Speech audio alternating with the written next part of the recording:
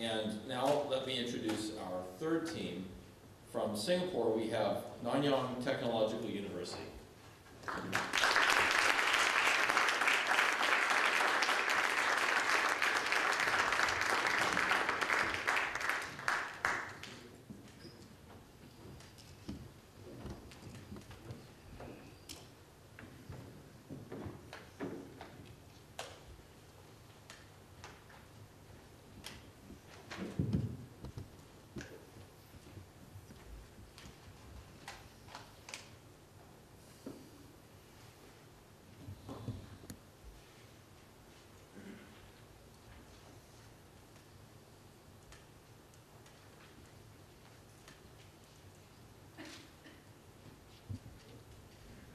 Good evening, one and all.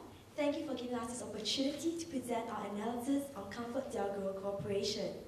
Many economic factors have transpired since our last published report, and ComfortDelGro's stock price has fallen by almost 13% since. However, the key risk to ComfortDelGro's business model still remains, and we maintain our sell call on ComfortDelGro Corporation.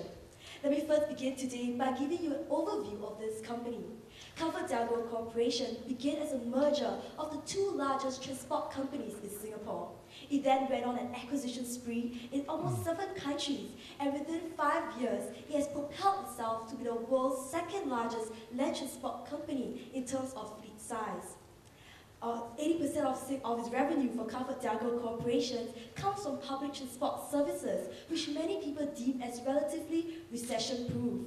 While many investors and research analysts are flocking towards such defensive stock, our team today will give you a thorough analysis on why this company warrants a sell call with a 1-year target price of $1.10, posting an 18% downside from its current stock price. Today, I, Krystal, will be giving you the key concerns in its main revenue drivers in Singapore, followed by Jeremy, who will give you its growth concerns in its international strategy. Lastly, Yewei will wrap up our valuation model and our risk-reward analysis.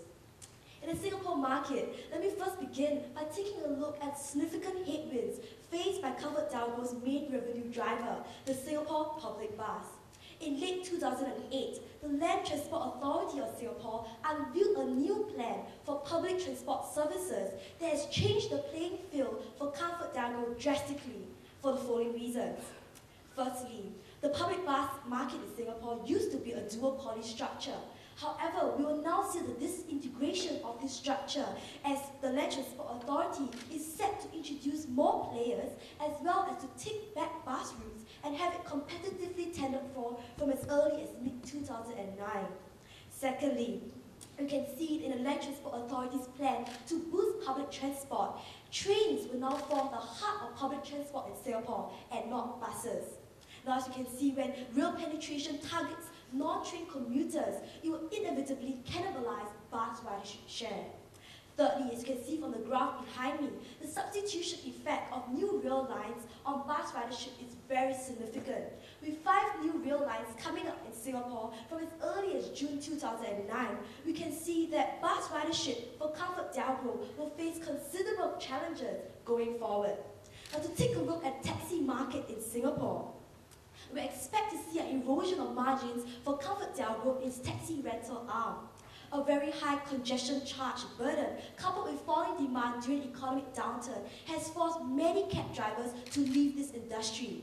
Though people may turn to cab driving during an economic downturn, our thorough analysis of ComfortDelGro has shown that comfort taxi drivers has one of the highest monthly costs in the entire industry. Thus, new drivers that will choose to enter this industry will hire from its cheaper rivals instead of ComfortDelGro Corporation. We can also see from the graph that ComfortDelGro has almost 63% of the entire taxi fleet in Singapore, and now it has to painfully suffer higher idle rates from this large fleet. In our balanced analysis of ComfortDelGro, we do, however, see a silver lining in its Northeast Line rail business. Its Northeast Line rail ridership has seen an almost 15% growth in 2008.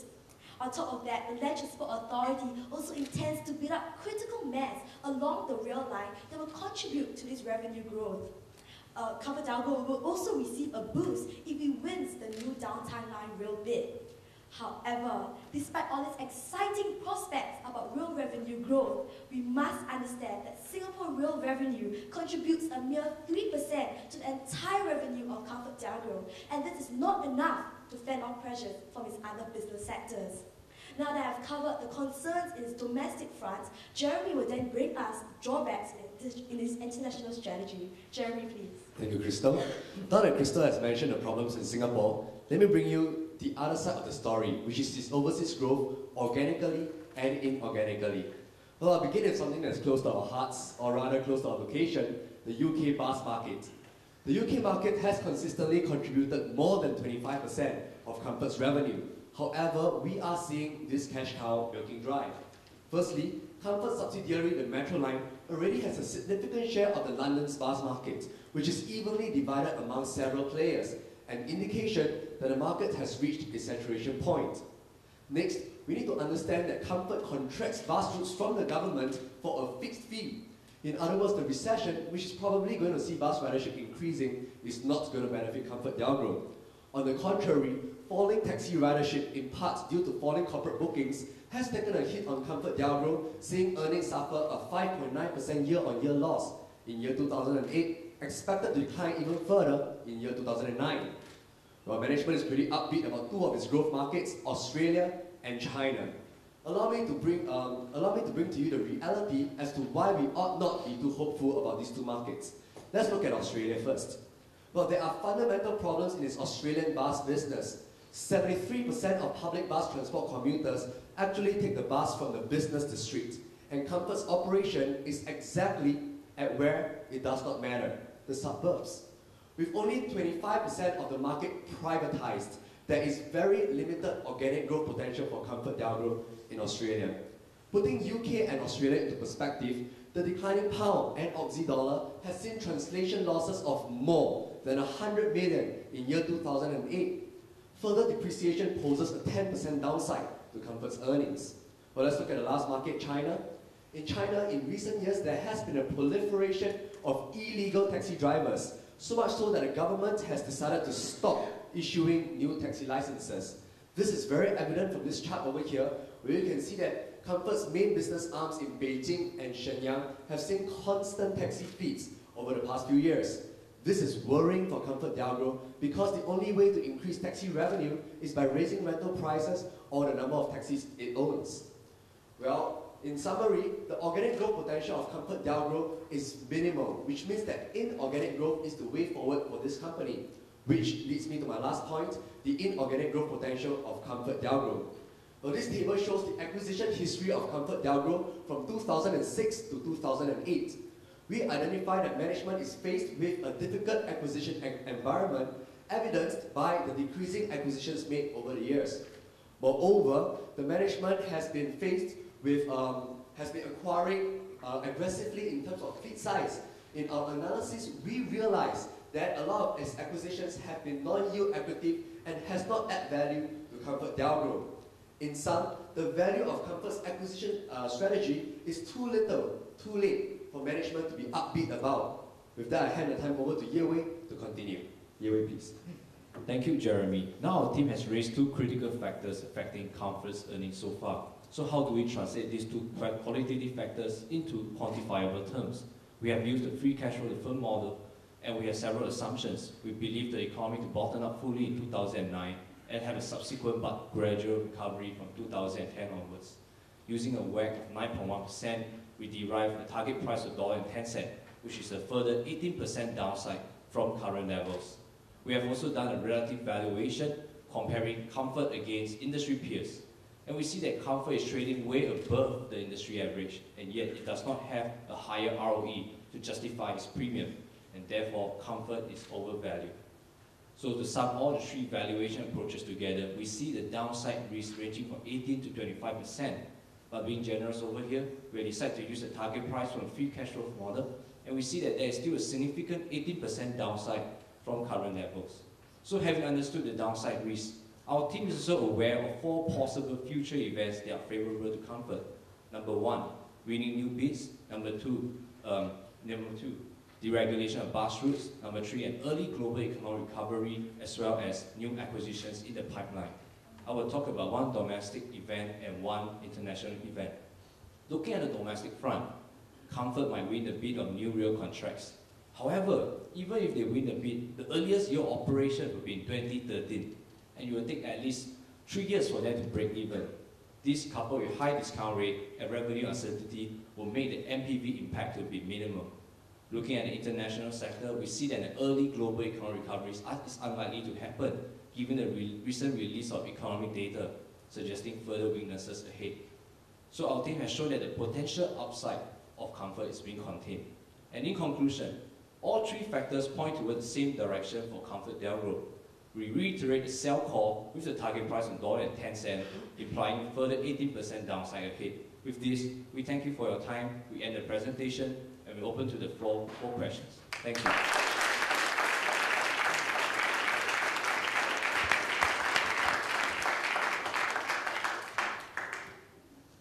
If you took this company's free cash flow, added the dividends back into that, added back CapEx, because it seems like you don't think there are many opportunities for acquisition, what would the options for this company be in a declining environment like the one you've identified?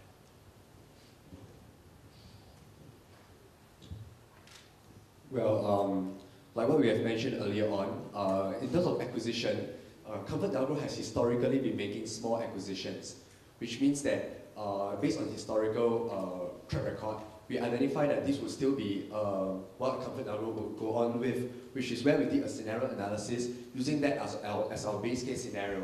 However, what we are most concerned about is the best case scenario, where Comfort, like what you have mentioned, make a big acquisition. And in the best case scenario, we feel that where Comfort is able to make a big acquisition, that is very unlikely because of two main reasons. One is that today's environment, like what I mentioned earlier in my presentation, is very difficult, where both sides of the acquisitions, the shareholders, will be more stringent on their acquisition criteria. But the second thing is that the transport industry that ComfortDelGro is in is a very integral part of a country's economy. So our team believes that this is the government in the country will be more protectionistic in this respect. Do you think that that would keep this company from being an acquisition candidate, perhaps, given the underlying free cash flow? Alright, so to identify whether ComfortDelGro will actually be an acquisition target, we believe that there's only one company in this world that probably will have the ability to acquire ComfortDelGro, and that is our main competitor in Singapore, SMRT. The reason why I say this is because Singapore is very stringent on not having a monopoly in its public transport services. Now in 2007, SMRT actually made a bid to acquire ComfortDelGro. However, the government immediately put down this proposition and says that ComfortDelGro will remain as a multimodal model, and that acquisitions of each other is not allowed in Singapore. Now we believe that with such a large significant footprint in the world, ComfortDelGro will actually be a very hard company to acquire from any other overseas competitors. So with that, we believe that ComfortDelGro is, even though it's a very attractive valuation as a company, may not be an attractive competitor to actually acquire. Thank you. I've been in the business for a long time and spent a lot of time working with researchers like yourselves, analyzing companies. I've never seen a company that does everything well or does everything poorly. Your presentation here, basically you show it in every segment, basically headwinds and difficulties. The people running this company and others are wonderful people, very intelligent people. Tell me some of the good things about a company, because in order to make a convincing case, you have to be able to show circumspection, both sides of the argument. Maybe I'd like to take the question. We have to give management credit for operational excellence. In particular, they have done a good job in turning around the rail business from non-profitability to profitability within 3 years. Now, I'd like to show you this. However, in analyzing company, we believe that there are two areas that they can improve upon, which is their M&A strategy and their domestic decision. Now, ComfortDelGro has grown to be a second largest through acquisition, but they have not been very good in acquiring profitability companies, in particular because they have been focusing on fleet size and not just on profitability. And more than that, we believe that they have grown into companies that are non-cyclical. Yeah. is actually one thing that ComfortDelGro actually did right. As you can see from the Singapore economy, we are going through a recession, which is quite a heavy recession lately. And what ComfortDelGro actually did right is actually bought over the hearts of the people when it adjusted its fares downwards. Now, everyone knows that a land transport company does not easily adjust their fares downwards. But because ComfortDelGro was willing to put the national interest and the shareholders' interest on the same level, we believe that this company actually has a lot of potential to really be able to win the hearts of the people over. That's why when it comes down to us being Singaporeans, we do prefer ComfortDelGro as a bus operator as compared to other bus operators in Singapore. So we hope that answers your question. Can you talk a bit about the acquisition strategy? Rather unusual sort of diversification of geographical interests, and also the fact that the sort of share price has steadily come down over the last 2 years. Can you sort of compare the two?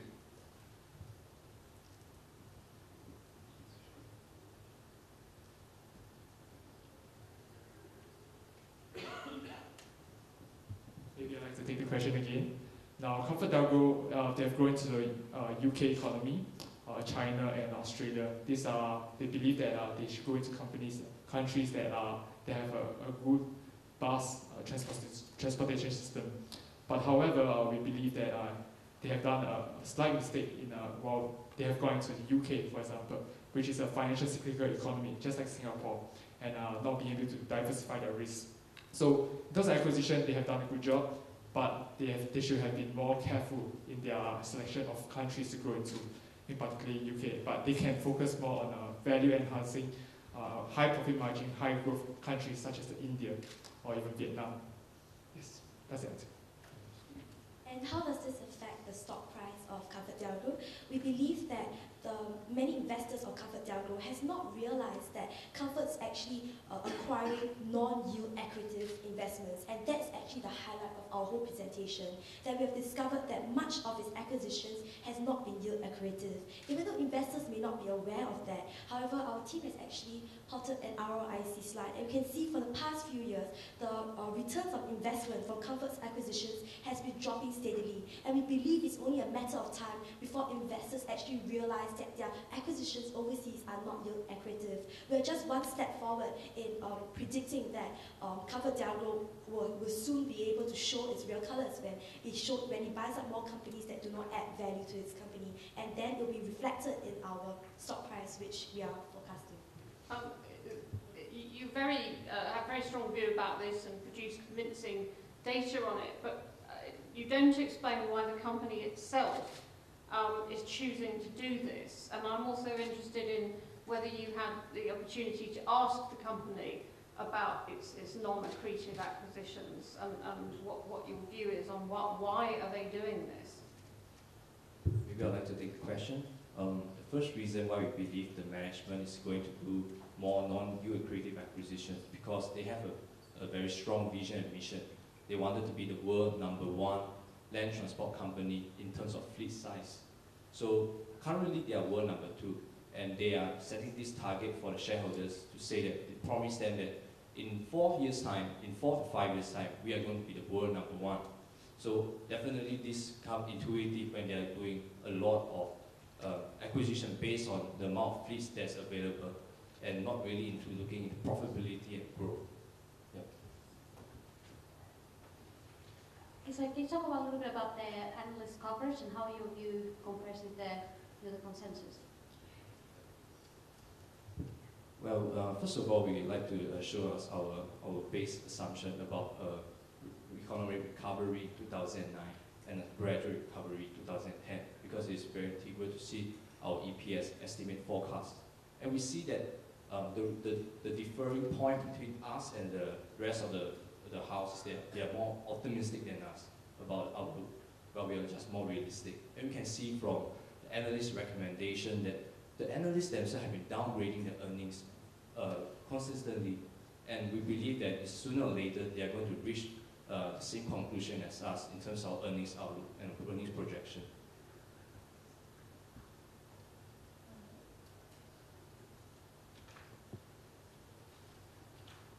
Can I ask a slightly frivolous question?